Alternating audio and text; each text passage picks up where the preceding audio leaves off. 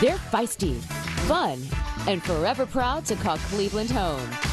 You're watching Cribs in the CLE. Josh and Maria live. What's up, guys? Welcome to Cribs in the CLE. I'm Josh Cribs. And I'm Maria Cribs, and welcome to a brand new day. I hope everybody is feeling good.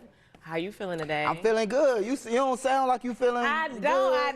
You know what, you guys? I am, you know, I always told you I battle with anxiety every once in a while, and my anxiety is flaring up, and I know it's because of everything that's going on in the country, which, you know, I'm going to be honest, as a black person in America, you get used to it. Okay. But just last night, I couldn't sleep. You know, it was the Derek Chauvin trial. Ended, right. And then that verdict ended up, you know, being what it was yesterday, which in my opinion is not, I like how they're saying it even all over the media. It's not justice, it's accountability. Right.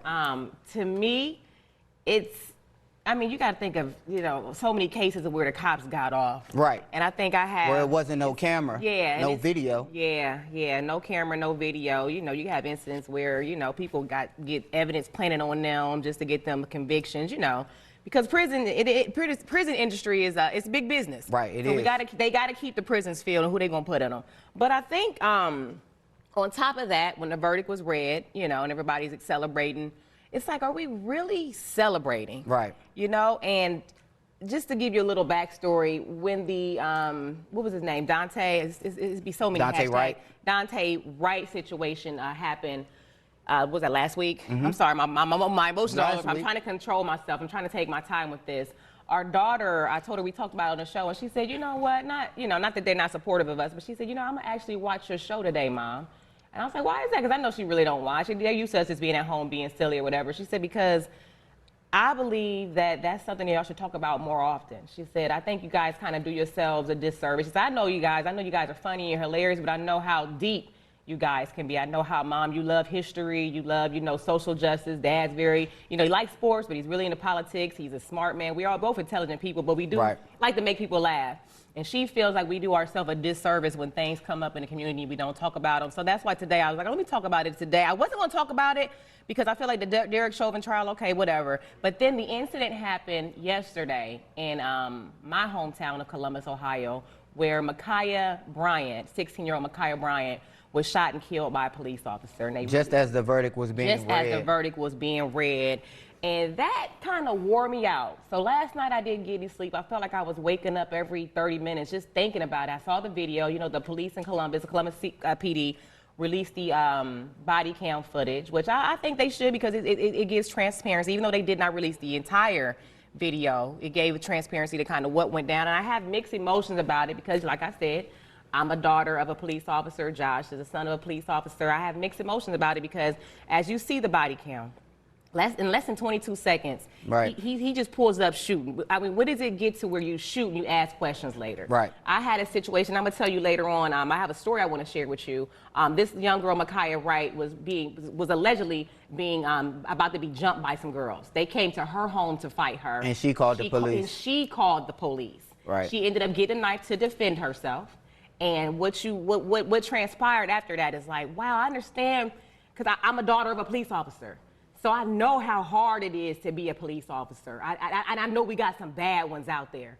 But when you just pull up and you start shooting, I'm wondering if the 911 dispatcher gave him, hey, it's a teenager, they're fighting, they're kids. If you can't de-escalate a fight amongst teenagers, you probably shouldn't be, you're probably in the wrong profession. My mom, aside from her being a patrol officer, she also worked in the high school system for a while. And so she had to de-escalate fights all the time. I personally went to one of the roughest schools in Columbus, Champion Middle School. One of the roughest middle schools. There was like a fight every week. Teachers know how to de-escalate fights with teenagers. So as a cop, you pull up shooting, and I seen the video. I see the girl had a knife. I mean, at what point do you pull your taser? At what point do you fire a warning shot? It's just so many mixed emotions when I watched the video, and I couldn't sleep last night. And so I wanted to talk about it. Josh, did you see the video? Yes, I seen the video, and for me, it's just again, and I heard your conversation with your mom, and you know, I called my dad. I wonder if the training. You know, and I talked to my dad about that, and he talked about, you know, we're not trained to just roll up like that and just shooting. And then another thing is just the total disregard for human life. Yes. And I heard a lot of people like, hey, you got a shooter center mass, a child, 15-year-old in a situation, 16-year-old. And I mean, I heard people like shooting their leg. I'm like, why people got to get shot? When there's no other weapon. Right. Like your life is not in danger. You have another non-lethal. And I just question training and sometimes officers' ability to de-escalate situations that they're not involved into when they're not from a certain neighborhood, when they don't know how certain things go down. The disregard for human life is what troubles me, and it makes me want to coddle my children. It makes me want to over-teach them, to over-protect them, because we have to teach them certain things that, you know, other parents don't have to deal with. So that plight is what, you know, I know kept you up at night, and it kind of is a struggle for us. It's like, wow, where do we begin and where do we heal? Yeah, y'all don't understand how I just feel weak. Right. And I know we are resilient people. I mean, Defeated. Black people in this country, we you know, we've over 400 years of oppression, and we're still here. We're still able to smile, try to make people laugh, and be professional. And we do have our bad apples in our society, just like any race does. But to be Black in America, it wears you out. I'm wore out right now. I'm glad to be here, but I feel weak, like I'm about to pass out. And I'm gonna catch my breath, and we're gonna go to commercial, and I got more to tell you when we get back. Don't go anywhere. You're watching Cribs in the CLE. Welcome back to the show. Now, before we went to break, I told you that there was a story that I wanted to tell you, and I think, Josh, you might not have, I don't think I've ever told you this story before. In regards to the Ma'Khia Wright situation, I think when I saw the video, the first video that was put out, all I could see, she had some Crocs on. She was laying on the floor, and the person filming the video, you guys are going to see the video. I'm sure if you're on social media, you've probably already seen it. You're going to see where they just showed her feet. And what I saw were these. She has the same exact Crocs on as I do. And to get to this story, when I was in the 7th grade, calling myself having a little boyfriend, it was a time where, for some reason, I lived on the north side of Columbus, Ohio. I was being bused to Champion Middle School, which is on the east side. I don't know what they were doing with that, but it was just a tough situation for me. Even though I grew up in the inner city, that was like, it was just you shipping someone to live out in the suburbs for a little while. Now I'm going back to the project. So I was basically, seems like I was fighting every day because we're from different neighborhoods. People didn't like the ones from different neighborhoods coming in, you know, things like that. So I had a boyfriend. Called myself having a little boyfriend. His name was Terrence. And this is not the Terrence I dated in high school. This is the Terrence that I had as a little 7th grade boyfriend, right? I decided I didn't want to go with Terrence anymore, right? Because I'm young. I didn't know nothing about having a boyfriend. And so I broke up with Terrence. And then next thing you know, his sister and all of her friends came to my apartment while I was babysitting my brother. My mom probably watching like, what? Babysitting my brother. My mother was at work, doing the police thing that she was doing. And they came to jump me. And I've been in several fights in my life. I wasn't scared, you know. But I started thinking about the Ma'Khia Wright situation.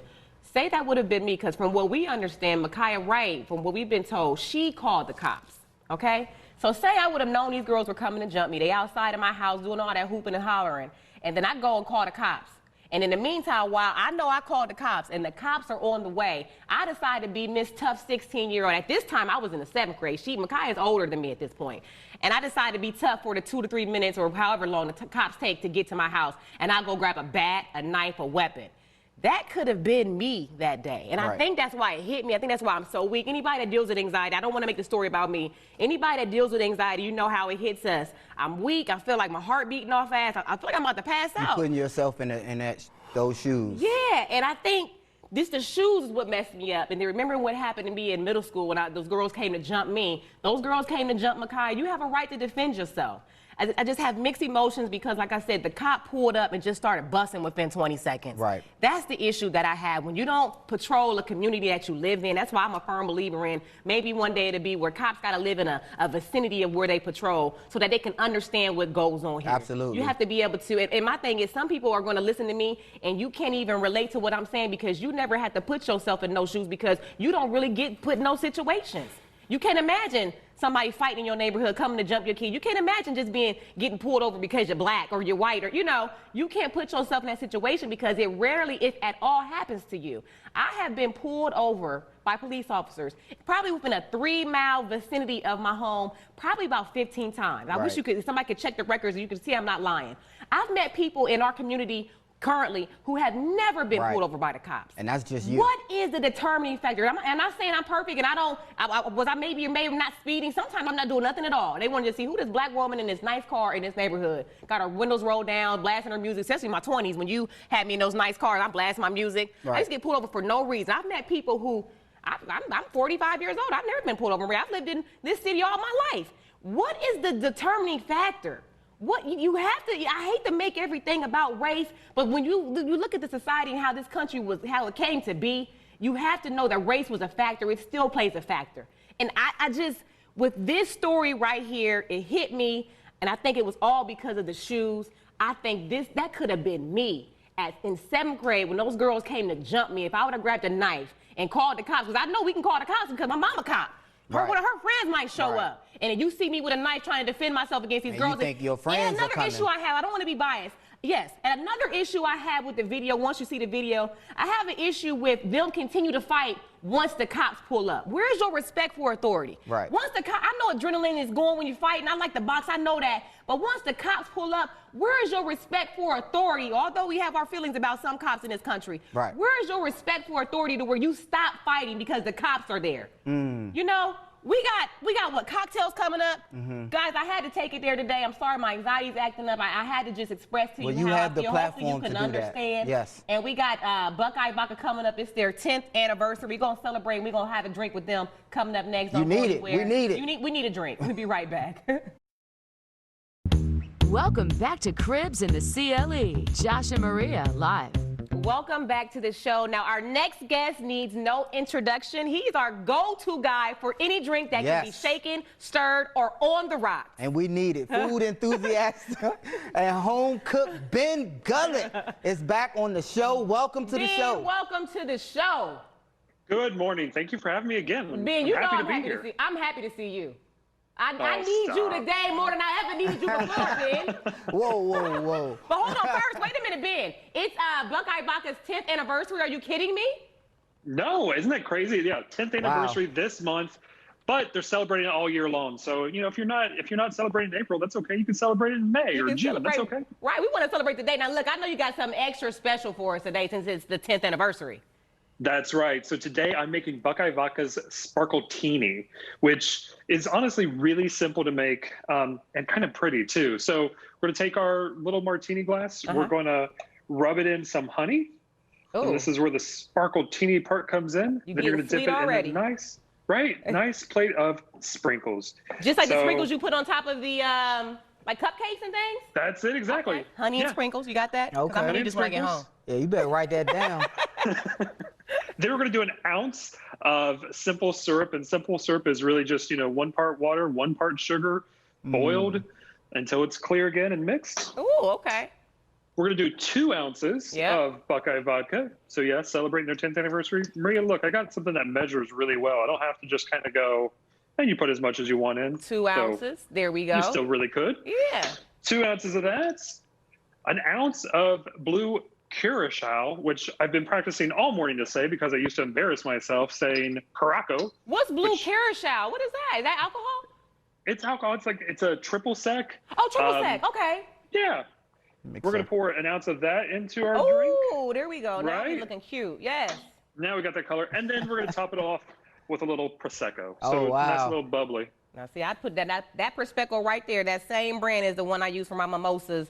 May or may not happen every Friday after the show. I'm not. I can neither confirm nor deny. That's okay. Yeah, Josh, he's gotten a habit of for some reason taking me to go get mimosas every Friday, and so now they probably look at me like I got a problem. I'm like, Josh, I haven't drank all week. This is just Josh bringing me here. It's one of my favorite breakfast spots. You just happen to like the drinks. That's all. And Josh like, you're not getting no food? No, just have a mimosa and some water, please. Just a mimosa, yeah.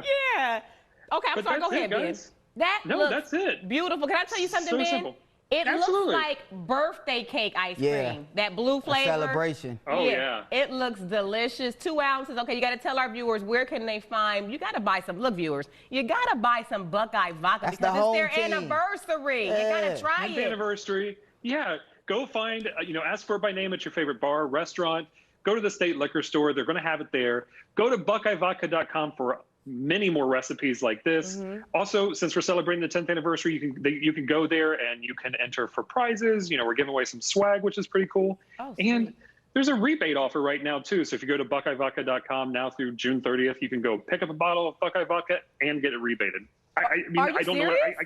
I can't do anything else for you. I mean, that's it. Like, so Ben, you know what that means? That means we can buy the extra large bottle because sometimes you try to be cheap and just get the little $19, $20 bottle. Now we can get the like $50 bottle and got a rebate. The $50 bottle. You always tell me to shop on a budget, and now I can get a rebate, so it's justified. Okay. Ben, smart shopping. Exactly. Ben, everything go. looks so delicious. Viewers, make sure you go get you a bottle of Buckeye vodka. Hey, also, you can go to our website, Cribs in the CLE, to find this recipe right here. The sprinkles. You sold me on the honey and the sprinkles when you first got started, Ben. I know when as soon as you put those sprinkles on there and then it changed colors, I'm like, oh Lord, you done excited her. I'm telling you, Ben, we really get excited. We honestly get excited when you come on the show because for real, when we go to restaurants and the drinks taste so good, you always wonder, how can I duplicate it at home or how can I do something special at home, especially, either for yourself or when you're entertaining someone. You come on here and we actually follow your recipe. So we thank you for that. Dun, dun, Thank you so much. The key is simplicity, right? You want them to be simple. Okay, we want to be simple. And can we just tell you, Josh likes lavender. That lavender shirt looks good on you. It's it calmed me down. It's like that's the stuff we look at, Ben. We notice a lot, man. We looking at the whole setup: the Buckeye vodka, the plant, the lavender shirt, the blue drink, the sprinkles, the honey. You got us covered, Ben. Ben, like, oh wow, I didn't know. I try. I try to put it all together. I take very. I was very careful about how I got dressed this morning. Exactly. And it worked. Now, Ben, tell our viewers, where can they find you at? They could find me on Instagram. You can go to foodenthusiast.homecook, or you can follow me at Benjamin Gollett on Instagram as well. Okay, and I share recipes. You can get all kinds of good stuff. All right, sweet Ben. Thank you so much. Viewers, make sure you find Ben. He has all he don't just do drinks. He does food too. Yes. And look, we got more Cribs in the CLE. When we get back, don't go anywhere, you guys. I need that. You're watching Cribs in the CLE. You're watching Cribs in the CLE. Welcome back to the show. Now, it's always good to see Ben. He always cooking up something or, shaking up something good for us. But look, if you're stressed out, if having a cocktail is not your thing, go to the gym, read a book, meditate, do some yoga, go take a walk in the metro parks, go by the water like in Lakewood or Edgewater Park and just look at the water and kind of calm yourself down. That's what I'm going to do. It's snowing out there. Yeah. So the yoga or the at-home workout will probably, because I was thinking about going to fish soon. I just talked to my dad when we was talking about everything that was going on, and I'm like, man, I think it's time to put the pole in the water. Not yet. Not with that snow. You're going to hit something, it's going to go doom. And then Jeff said, make sure y'all get here safe in the morning. I'm like, why? Because of the snow is coming. And you know what? Every time they tell us to get here early, we were sitting on the parking lot an hour early. Josh and I are like, let's go find something to eat or something. Yeah. We always get here too early. I'm like, we know how to maneuver in the snow. We don't try to be late. We don't want to be late, but are we ever? We always right on time, baby. Yeah. When have you ever seen us be late? We show as soon as the show comes, we be like, hey. No, I'm saying we don't want. He said, hey. Oh my goodness, but yeah, it felt good to see Ben. And you got anything you want to say? No, well, no. I just, I thank you for, bringing that up. I didn't know how heavy or what did you want to talk about as it relates to everything going on in our country right now. And I knew it hit hard on you, especially. You were saying I was snapping this morning? I almost didn't want to tell you when the thing happened in Columbus. I'm like, dang, it's right in Columbus. You were the first one that told me. Yeah, and I'm just like, oh man. And right after the verdict, and then I was like, babe, man, something happened in Columbus. Yeah. And then to see it is like, your heart, it tugs on your heart. Yeah, and it's our duty to bring that to you guys. So, I didn't mind just giving you the floor so you can let it be known how you feel about it. All right, thank you. I appreciate you. Yeah, I'm gonna try to go home and get some rest. Like I said, I was waking up every 30 minutes just with thoughts on my mind, and so I need to go home and center myself, which I will. I hope you guys have a wonderful day. Thank you for listening, and thank you so much for watching. We love you. We'll see you tomorrow. You're watching Cribs in the CLE.